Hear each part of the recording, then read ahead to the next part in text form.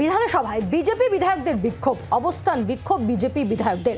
মুখ্যমন্ত্রীর পদত্যাগের দাবিতে এই বিক্ষোভ। শুভেন্দু অধিকারী তিনি যেমনটা জানিয়েছেন যে স্বাস্থ্যমন্ত্রী এবং পুলিশ মন্ত্রীর পদ থেকে পদত্যাগ করতে হবে।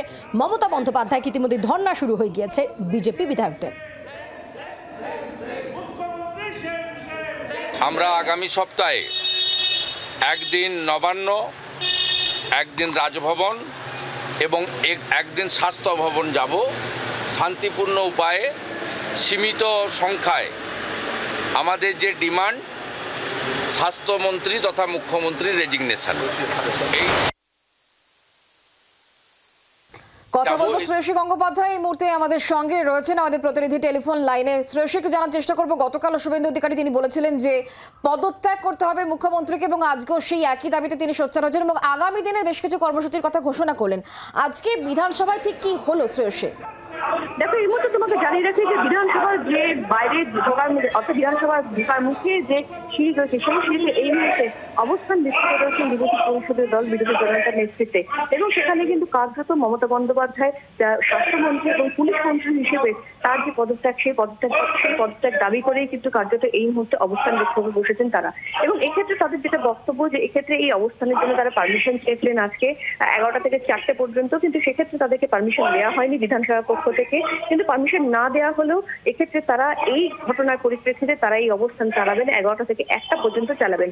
পাশাপাশি কিন্তু এক্ষেত্রে তিনি যেটা জানাচ্ছেন যে আগামী সপ্তাহে তারা নতুন কর্মসূচি নিচ্ছেন, যেখানে তারা শান্তিপূর্ণভাবেই একদল বিজেপি বিধায়ক তারা সেক্ষেত্রে নবান্নতে যাবেন, রাজভবনে যাবেন এবং স্বাস্থ্য ভবনে যাবেন, যেখানে স্বাস্থ্যমন্ত্রীর পদত্যাগ সেই পদত্যাগ দাবি করে কিন্তু কার্যত তারা যাবেন।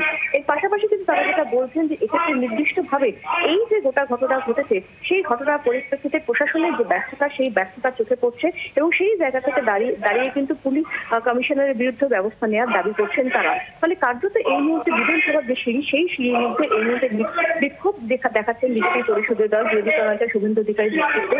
এবং কার্যত তোমাকে জানিয়ে রাখি যে 1টা পর্যন্ত এই বিক্ষোভ কর্মসূচি হবে এবং তারপরে আগামী তুমি আমাদের সঙ্গে থাকো, একবার শোনানোর চেষ্টা করবো কি চলছে।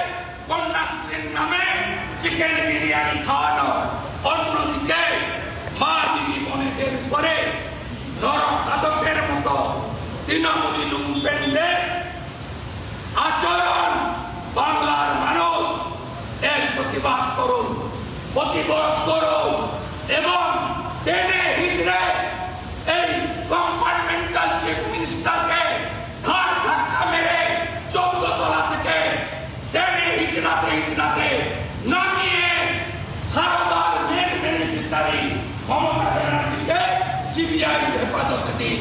এটাই হলো আমাদের বাসনা, আমাদের আশা, আমাদের ইচ্ছা। মুখ্যমন্ত্রী হয় মুখ্যমন্ত্রী হয়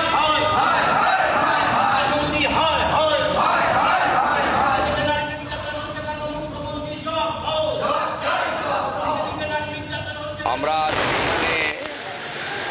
11টা থেকে 5টা শান্তিপূর্ণ ধর্না, একটাই দাবি করতে চেয়েছিলাম। অধ্যক্ষ আমাদেরকে আজকে অনুমতি দেননি, তিনি 16 তারিখে 12টা থেকে 3টে অনুমতি দিয়েছেন। আমরা আবারও বলেছি যেহেতু আজকে অ্যাসেম্বলিতে অন্য কোনো প্রোগ্রাম নেই, কাল নিশ্চয়ই 15ই আগস্ট আছে, ওই দিন আমরা এমন কিছু করব না যে স্বাধীনতা দিবসের প্রোগ্রামে কোনোভাবে বাধাপ্রাপ্ত হয় বা কোনো। আমরা আজকে অধ্যক্ষের সিদ্ধান্ত মানিনি, আমরা অধ্যক্ষ সিদ্ধান্ত না মেনে 11